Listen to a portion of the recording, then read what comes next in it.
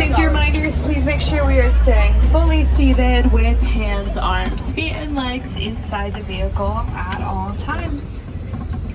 Our first stop is the Little Ituri Forest. Animals here use their colors and markings to blend into their natural surroundings. In the wild, this camouflage helps them hide from potential predators, and they are typically quite shy as well. Now, first looking out to the right though, there is an okapi. Two of them actually, one's right behind a tree. Now, okapi have brown bodies, but these stripes on their legs kind of make them look like they wear zebra print pants. They're not going to have any relationship to zebras though. That is the closest known living relative to the giraffe.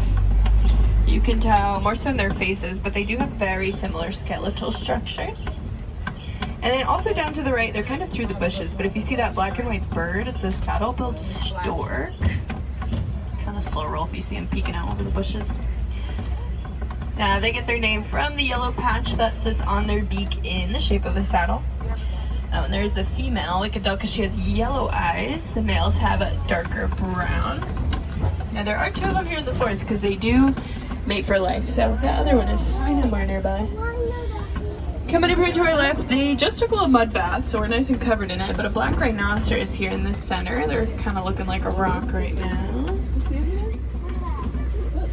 Black rhinos are the smaller of the rhinoceros species. They'll weigh about 3,000 pounds full grown. Sounds like a lot, but it is kind of petite for a rhino. There may be another one somewhere up there to the left. There are two here in the forest. They're just not really going to hang out together. That is a super solitary and territorial animal.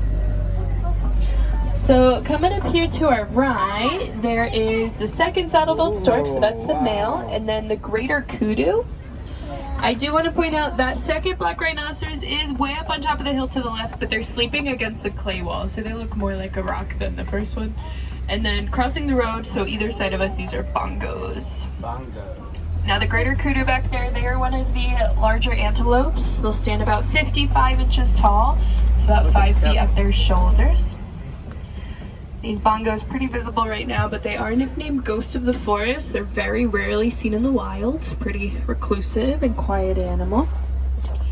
Now if you notice their horns kind of twist and lean backwards, that shape is going to help them run through the trees swiftly without getting tangled on the underbrush. This one closest to us, he's the youngest out here, so he's still a little smaller. Those horns are still growing, so they haven't crossed yet. Ooh. Look at that, Ian. Look at all those bongos. Now we are moving out of the forest and into a new ecosystem as we'll roll through the Safi River. The river is home to animals that spend lots of time in or around larger sources of water, so the more aquatic species. In the water, if you see any tan blobs or shadows down there, this is usually where we'll find Nile hippopotamus. That is pretty much what they look like. And then down to the right, you can already see some pink-backed pelicans. There are a couple hippos back there, but we're going to try to find more up ahead because those ones aren't in the greatest spot. Now the pelicans get their name from the pink color that appears during mating season. It's present all year round as it's part of their skin and not feathers. Just much more vibrant in that time, like how our cheeks turn pink when blushing. And then there are some more hippos to our left. Whoa. Just blobs. Now they are technically land animals, but they'll spend most of their time fully in the water to not overheat. They can hold their breath for several minutes at a time, and they have a natural reflex when sleeping to push only their nose above the surface to take a breath of fresh air, and they'll sink back under without fully waking up. Wow. They are one of the larger animals here, and hippos are primarily made of muscle. This does mean they'll sink, except for the younger ones, with a bit more baby fat.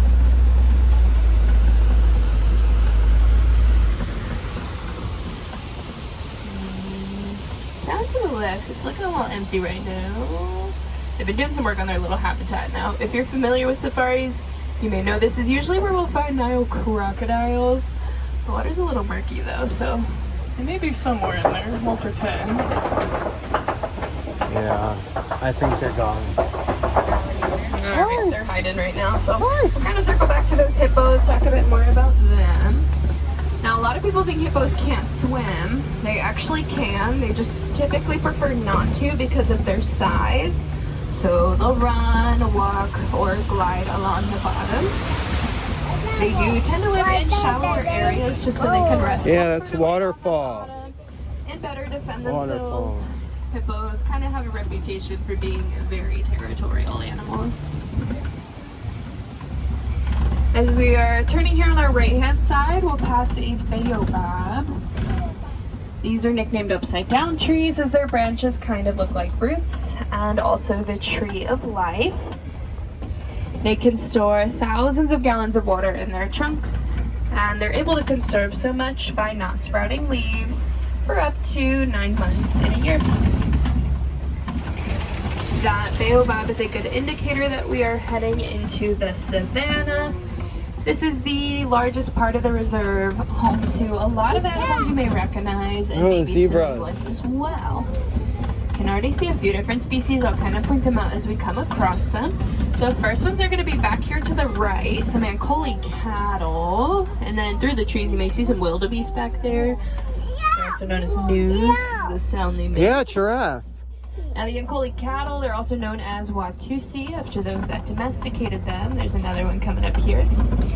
In Africa, they're shown as a sign of wealth, and their horns are going to grow about 6 to 8 feet across on average. Now out to our right, there are zebras and giraffes, but we're going to get a little closer to them when we're on that side. You may notice there is a baby giraffe, but he's super tall already. Another one of the Ankole there, and then coming up here to our left, I just saw one of them running around. Yeah, these are African painted dogs. African painted dogs. Oh, we're zooming. In my opinion, oh, losing my voice, but they're so cute. Now they are one of the most successful hunters of any mammal though. They're super efficient and they'll take turns chasing down their prey. They'll work together in packs of around 5 to 15 doing our business there. Oh, yeah, oh. Yeah. Now when communicating, they make a high-pitched chirping sound Oh, that resembles right here. a squeaky toy. Look, Haley. These giraffes are a little tricky to see, but a couple of them in the bushes there. Another Oh, and one there's is giraffes Ankole right there in cattle, back. kinda same. Their horns They're are the shape of hiding. a crown on top of their head. We're gonna keep going though. Oh, I do want to mention, if you look over your left shoulders, they're like behind the giraffes, some sable antelope back there. But we're gonna get closer to these giraffes. Now the sables, they're tucked away right now, but they are actually the emblem of the Harambe Wildlife Reserve. Harambe in Swahili means to come together, and in fight or flight situations, they're the animals known to stick together and fight to defend themselves. Of course, that sun is shining right at us, but they're posing, just glistening in the sun. The Maasai giraffes are the tallest animals out here. They'll stand about 18 to 20 feet on average. And a group of them is known as a tower. Pretty fitting for their height. Another one to our left. Babies coming up to our right. Hi. And then these Hartman's Say hi, mountain giraffe. zebras. A little too close to stop right next to you, so have your eyes and cameras ready. One's looking at the road. Hopefully they stay on the side. Are you going in it? Oh, they got distracted by the grass part. So a group of zebras is known as a dazzle, because when they run, their stripes sort of blend and create an illusion to dazzle whoever is watching them. I do want to point out that little giraffe had a really good grip on the leaves there, the sticky heads. Now they have prehensile tongues.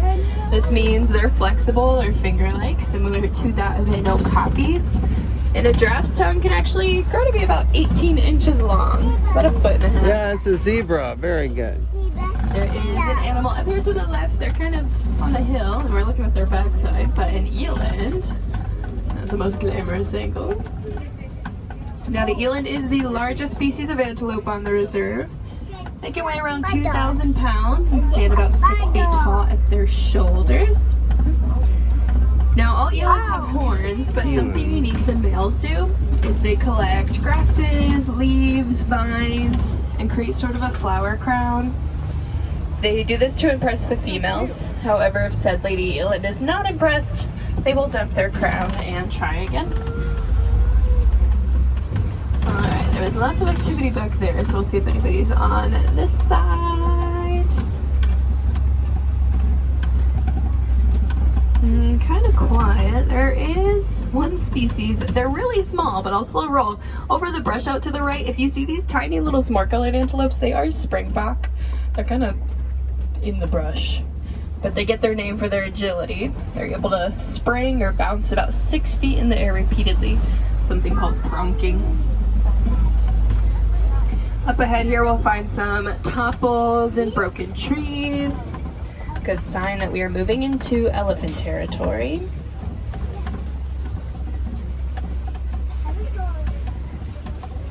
Let's see. Not quite yet. We may be behind the trees up here, so gonna keep rolling. I do want to mention to our left though, there are mandrills, if you can see them through the trees there. There's an elephant, but we're gonna get a good view up ahead. You can see them out to the right. Now mandrills are the largest of the monkey species, and we know they're monkeys and not apes because they do have tails. Yeah. The male's going to be about 100 pounds, while the female stays smaller at about 35. Alright, so as I said, we're going to get a better view of them up here. There we go. Now this is an African elephant because we are of course in Africa, but we can actually tell them apart from others because of the large shape and size of their ears. Kind of a coincidence, but they look like the continent. When you see them flapping their ears like little wings or Dumbo, that is going to serve as kind of a fan or cooling system for them. When air currents hit blood vessels on the back of those ears, it helps to lower their body temperature by several degrees. So pretty handy tool to have on some warmer days. And now we are actually heading even further into their territory. So we may find more elephants up ahead. That one hanging out solo, likely a male. Typically when seen in larger groups, it's females and their little ones. Mature adult males live by themselves or in small bachelor herds. We'll also pass by and through some red clay pits. You may see large footprints on the ground and tusk marks in that clay. Essentially, the elephants will shave away at it with their tusks to grind it down and make it soft. They'll then proceed to eat it, as it's high on minerals, and it serves as kind of a daily multivitamin for them. Alright, don't see anyone quite yet. It's super sunny down here, so they may be in the shade. The African elephant is the largest living land animal. It can weigh up to around 13,000 pounds full grown. A newborn calf is going to weigh about 200 to 300 pounds.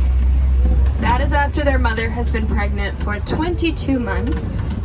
That is almost 2 years of pregnancy to deliver a very large baby.